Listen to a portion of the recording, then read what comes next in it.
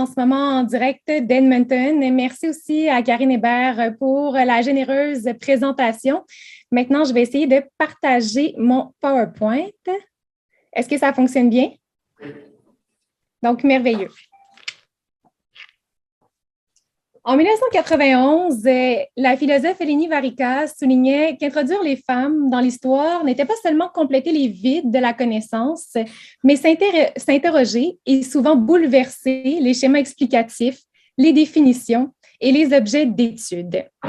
Sur certaines branches de l'histoire, qui est ma discipline principale, même si je travaille dans une faculté interdisciplinaire où on a des collaborations avec des collègues venant de toutes les disciplines, si certaines branches de l'histoire, notamment l'histoire sociale, ont eu plus de facilité à intégrer l'histoire des femmes et les études sur le genre, d'autres ont montré un peu plus de résistance. Et c'est le cas notamment des branches plus classiques comme l'histoire politique et l'histoire intellectuelle.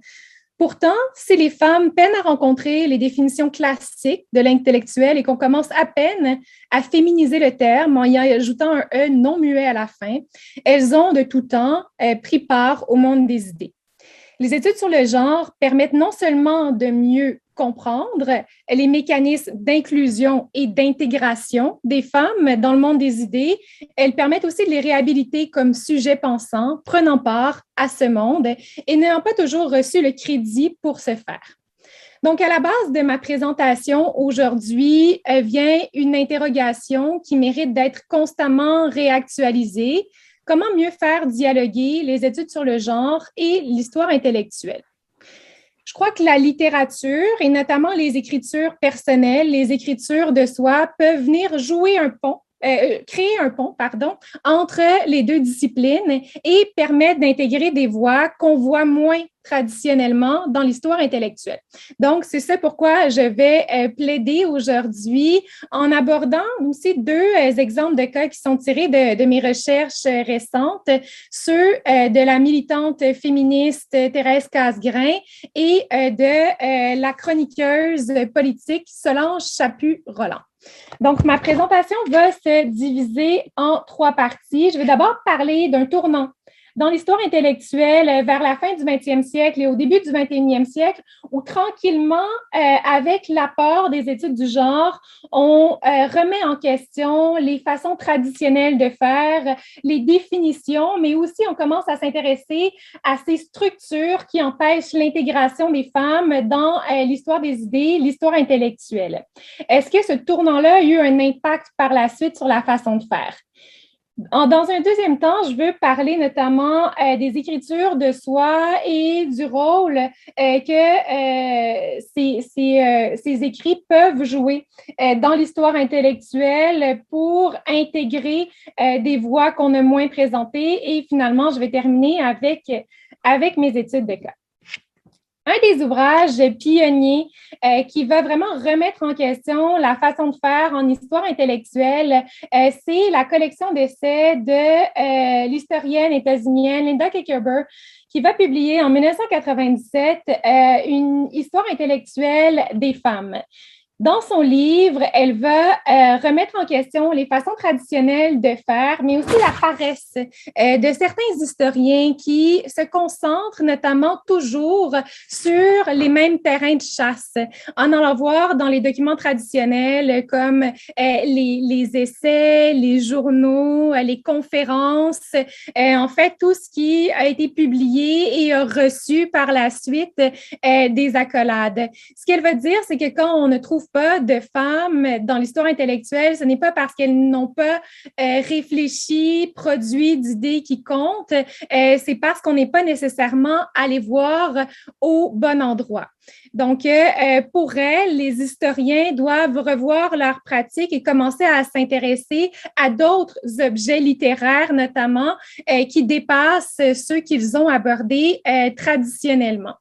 Elle montre aussi comment certains champs peuvent montrer à quel point les femmes ont joué un rôle fort dans l'histoire des idées. Elle prend l'exemple notamment de l'histoire de la lecture qu'on a négligée, mais qui montre que même si les femmes se voyaient pendant longtemps, notamment au 19e siècle, imposer un programme de lecture qui allait dans la vision plus traditionnelle du rôle des femmes en tant qu'épouses et mères et qui ne remettaient pas beaucoup en question cette idée-là, comment elles ont résisté par rapport à ça et se sont mis à s'échanger des programmes de lecture clandestine. Donc, déjà, on voit dans cette résistance une façon des femmes de critiquer les dogmes et de prendre part à la vie des idées. Donc, juste de changer la focale et d'aller dans d'autres milieux permet de mieux intégrer des voix qu'on n'a pas pensées.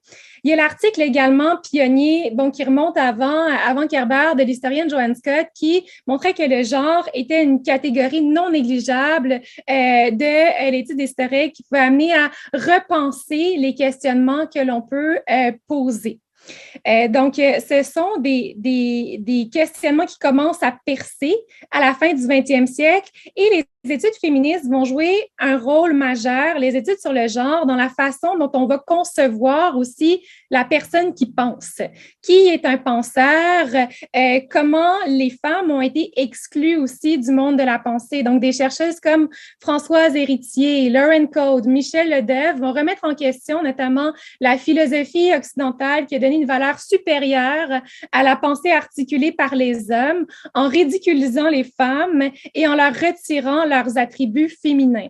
Donc, Françoise Héritier va réfléchir notamment dans masculin-féminin à tout ce qui fait la distinction physique des femmes qu'on a voulu vraiment, on a voulu insister là-dessus, notamment sur la taille du cerveau des femmes. Pendant longtemps, on jugeait que le cerveau était plus petit. Quand on a montré que c'était pas vrai, mais on a voulu montrer qu'il y avait une différenciation dans la façon de penser, puis dans la différenciation, il y a toujours eu aussi une hiérarchisation. Donc, c'est ce qu'elle remet en question. De son côté, Michel Ledeff, dans Le sexe du savoir, va critiquer cette philosophie occidentale en remettant en question aussi la façon dont les femmes sont perçues, notamment les femmes qui pensent, comment on va démoniser les femmes qui pensent. Et elle va citer notamment Kant qui dit une femme qui sait le grec et si peu une femme qu'elle pourrait aussi bien avoir une barbe. Et Jacques Derrida qui dit, je cite, le féminisme, c'est l'opération par laquelle la femme veut ressembler à l'homme, au philosophe dogmatique, revendiquant la vérité, la science, l'objectivité, c'est-à-dire avec toute l'illusion virile, l'effet de la castration qui s'y rattache. Le féminisme, c'est la castration aussi de la femme.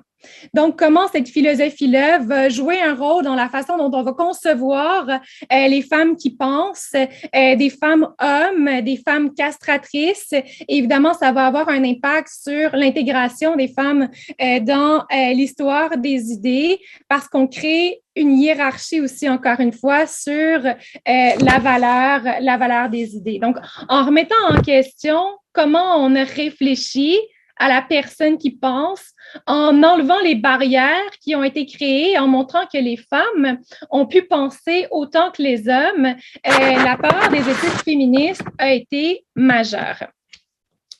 Un peu plus tard, on voit aussi les mêmes questionnements qui vont se transposer du côté du champ de l'histoire intellectuelle en France avec l'apparition en 2004 de ce livre sur les intellectuels du genre en histoire des intellectuels, un collectif dirigé par Nicole Racine et Michel Trébiche qui vont dire, notamment dans leur présentation de l'ouvrage, que le genre en histoire intellectuelle, il vient jouer les troubles fêtes.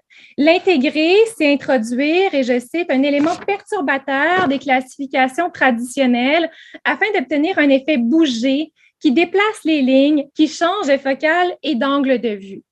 Ils vont notamment remettre en question la chronologie en histoire intellectuelle où il y a une naissance de la figure d'intellectuel autour de l'affaire Dreyfus au 19e siècle. Ils vont dire que du point de vue des études du genre et l'intégration des femmes dans le milieu des idées, cette chronologie-là ne tient pas la route, même si elle demeure pertinente en histoire politique. Et pour justifier leur point de vue, ils vont citer notamment les travaux de Michel Perrault sur le rôle politique et l'engagement politique de George Sand.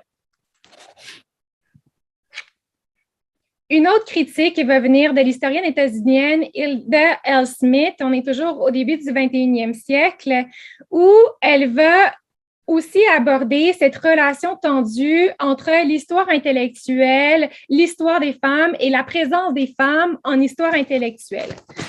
Pour elle, une des raisons pour lesquelles le mariage se fait moins bien vient autant du côté de l'histoire intellectuelle que du côté des études du genre. Du côté de l'histoire intellectuelle, elle mentionne qu'un des obstacles à l'intégration vient du fait qu'on repose beaucoup sur des institutions pour mesurer la valeur des idées dans lesquelles les femmes ne sont pas nécessairement intégrées. Donc, il faut revoir aussi le rôle qu'on accorde à l'influence des idées en histoire intellectuelle parce que la façon de mesurer cette influence-là est très androcentrique. Elle critique également les études sur le genre parce qu'elles non plus n'ont pas percé l'histoire intellectuelle en ayant une alliance plus naturelle avec l'histoire sociale, en travaillant notamment sur des groupes de femmes négligées. Elles ont délaissé des champs de l'histoire comme l'histoire politique et l'histoire intellectuelle, alors que le mariage peut être fructueux. Est-ce que ce tournant critique en histoire intellectuelle vers la fin du 20e siècle et au début du 21e siècle a porté fruit? Dans un ouvrage publié en 2016, un ouvrage collectif qui s'appelle A Companion to Intellectual History, qui est dirigé par les historiens britanniques Richard Wetmore et Brian Young, on propose une revue en profondeur de la discipline qui est l'histoire intellectuelle. Et sur les 29 chapitres, il y en a 4 seulement qui sont rédigés par les femmes et un détour par l'index se montre révélateur de la place des femmes dans la discipline. On en retrouve seulement une poignée qui réussissent à se tailler un espace de choix, notamment Hannah Arendt, Mary Wollstonecraft et Barbara Tuchman. Et une myriade d'hommes qui accompagnent cette poignée de femmes. Il y a par contre quand même eu une évolution et je pense ici au dictionnaire des intellectuels au Québec qui a été rédigé sous la direction de Yvan Lamonde, Marie-André Bergeron, Michel Lacroix et Jonathan Livernois. Déjà, la féminisation du terme est très intéressante et on retrouve sur les 115 profils, 23 profils de femmes et on critique aussi la définition et on souligne, et là je cite, que peu de définitions prennent en compte la réalité spécifique des femmes et leur intégration difficile tant aux politiques qu'au vaste monde des lettres et des idées. Donc, les femmes ont été maintenues dans les marges des idées, mais le fait de critiquer, de voir les mécanismes d'exclusion permet de mieux comprendre aussi où se logeaient les femmes qui pensent et où elles ont travaillé dans l'ombre. Donc, de revoir les définitions, de montrer à quel point l'engagement aussi est un élément fort dans le rôle intellectuel, la fonction intellectuelle. Ce sont des apports qui viennent avec ce tournant-là où on appelle à plus de fluidité dans les définitions, plus de fluidité pour intégrer aussi plus de voix marginalisées. Et là, j'ai intégré une citation d'un ouvrage qui s'appelle Indigenous Intellectuals, qui est paru récemment où on critique aussi l'histoire intellectuelle, la façon traditionnelle de faire, le fait d'aller dans les sources écrites traditionnelles et d'avoir certains angles morts, notamment tout ce qui est le rapport à l'oralité, aux idées qui se transmettent de génération en génération par l'oralité, qui n'ont pas nécessairement laissé de traces écrites qui peuvent être dénichées par les historiens des idées. Donc, le rôle de l'oralité est aussi intéressant pour intégrer notamment la voix des Autochtones dans l'histoire des idées. Pour revenir à la place des femmes, les écritures de soi permettent d'entrer dans ce monde des idées. Et parallèlement à ce qui se passe au 21e siècle, au début du 21e siècle, avec la critique qu'on va avoir du monde de l'histoire intellectuelle, de son hermétisme, de ses définitions figées, de sa chronologie qui reflète un monde dominé par les hommes, en littérature, on va aussi remettre en question la place qu'on accorde aux écritures personnelles qui ont été négligées et qui n'ont pas été été vus comme étant des objets littéraires qui méritaient autant de crédit que d'autres genres littéraires. Et là, je cite Pierre Hébert dans un article paru dans Voix et Images en 1995 qui dit « La littérature personnelle a dû patienter longtemps avant que la critique ne daigne lui octroyer son certificat de naissance. Les rapports entre ce genre et son apparition par les études littéraires désignent plutôt l'histoire d'une indifférence, voire d'un refus. » La littérature permet, comme le mentionnent Racine et Trebiche dans leur ouvrage sur le genre en histoire intellectuelle, elle offre un champ privilégié pour appréhender autant les figures et représentations que les pratiques et la création que les femmes suscitent. Donc, un des ouvrages qui est intéressant à ce sujet-là, qui montre le pouvoir et le rôle créateur de ces écritures de soi, c'est celui de Patricia Smart, publié chez Boréal en 2014, sur les écritures personnelles des femmes pour les réintégrer dans la trame traditionnelle de l'histoire officielle du Québec et les moments forts de cette histoire. Donc, c'est pas que dans l'histoire intellectuelle que les voix des femmes sont marginalisées, c'est dans l'histoire officielle aussi que l'on a tendance à moins retrouver de femmes. Une critique qui est formulée par Patricia Smart, mais qu'on retrouve aussi chez l'historienne Micheline Dumont et chez d'autres historiennes spécialistes de l'histoire des femmes. On s'est beaucoup interrogé sur le passage des femmes dans l'espace public, mais chez certaines d'entre elles, ce passage-là se fait avec tellement de heurts qu'il y a un besoin d'un retour au privé par la suite pour se confier sur leur expérience. Et c'est un peu ce retour au privé-là, aux écritures personnelles, que je me suis intéressée dans mes recherches récentes avec les ouvrages autobiographiques ou les journaux ou les carnets politiques de certaines femmes engagées dans le monde des idées, dans le monde politique, comme c'est le cas avec Solange Chaput-Roland et Thérèse Casgrain. Donc, deux femmes qui sont surtout reconnues pour être des femmes d'action, mais qui ont quand même eu un rôle important dans le monde des idées, même si elles en sont demeurées dans les marges. On voit ici, l'ouvrage qui m'a intéressée de Thérèse Casgrain, c'est son autobiographie qui a été publiée en 1971. Le titre est assez éloquent, Une femme chez les hommes. Et là, on la voit ici avec Solange Chaput-Roland dans une entrevue que Solange Chaput-Roland faisait avec elle. Côté Solange Chaput-Roland, elle va fonder en 1955 le magazine Point de vue avec la journaliste Andréane Lafont.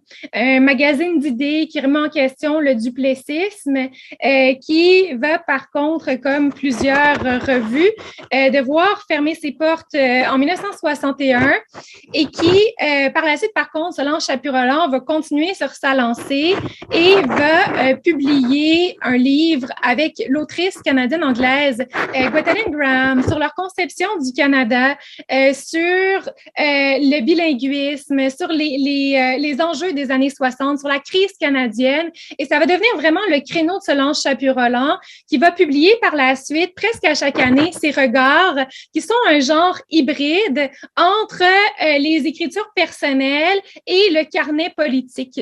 Donc, c'est un objet littéraire assez particulier que les regards de Solange Chaput-Roland, mais autant le parcours autobiographique de Thérèse Casgrain que les regards, les journaux de Solange Chaput-Roland permettent d'entrer dans le monde de leurs idées et de voir comment intellectuellement elles ont pensé leur société. Donc, ça permet d'accéder à leur voix et ce retour vers le privé dans un monde où elles ont souvent été interrompues leur permet justement d'étaler leur réflexion sur plusieurs sujets. Chez Thérèse Casgrain, on voit chez elle toute une réflexion, une démarche autour du pacifisme, qui est une idée majeure pendant la période de la guerre froide, de l'après-deuxième guerre mondiale également, où les femmes vont jouer un rôle majeur pour réfléchir au pacifisme et à son importance. Du côté Solange Chaput-Roland, on va être vraiment plus du côté du fédéralisme asymétrique,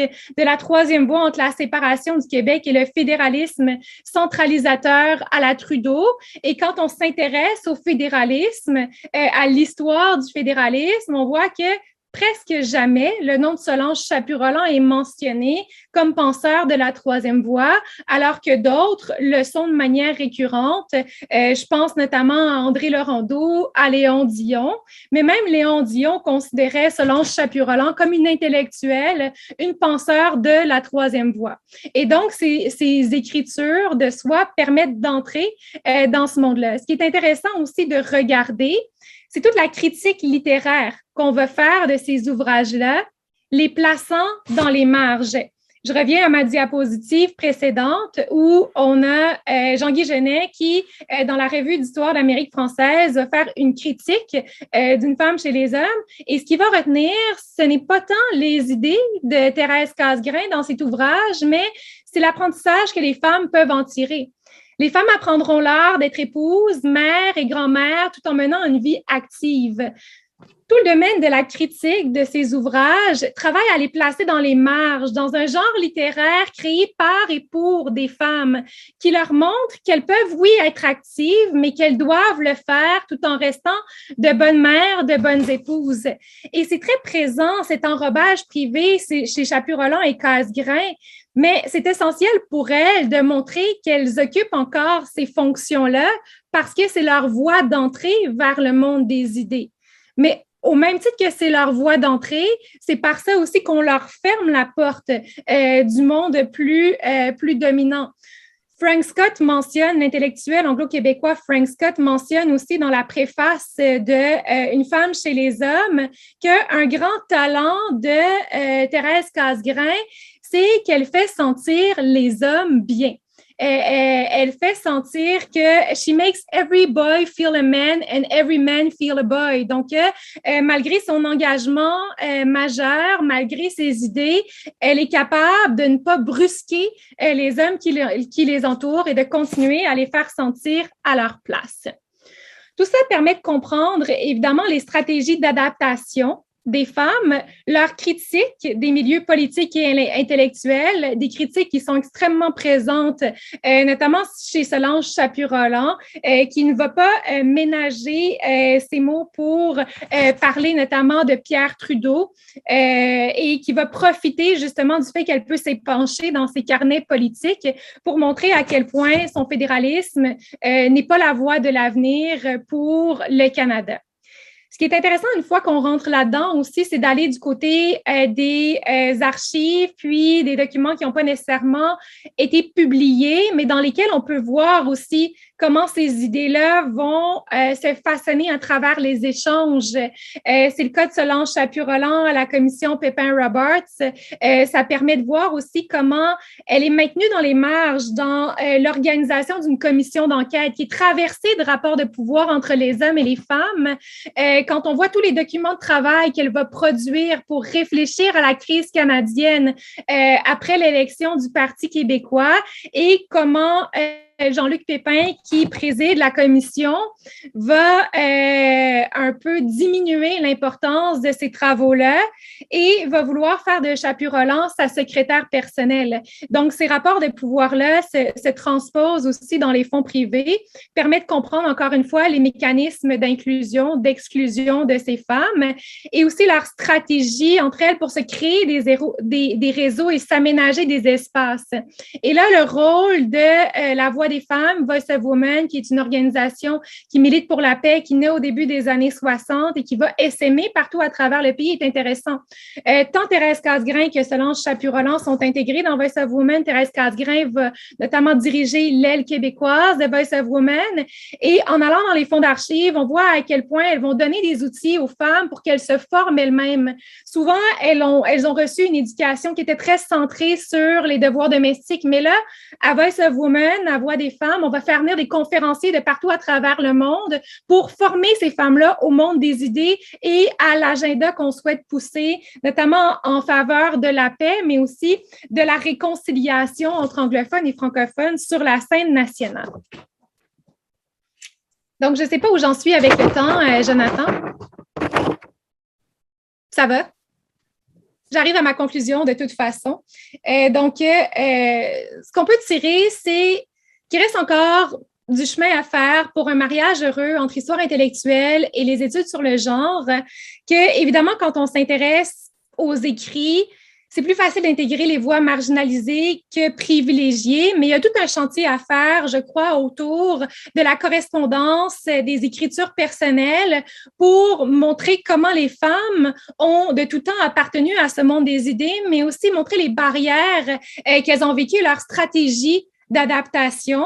Et c'est là que les études littéraires et tout le mouvement qui a été fait dans les années 90 pour donner davantage de crédit aux écritures personnelles jouent un rôle fondamental. Et évidemment, il va falloir pousser plus loin, puis aller du côté de l'oralité aussi pour intégrer d'autres voix encore plus marginalisées, notamment celles des Autochtones. Merci beaucoup pour votre attention.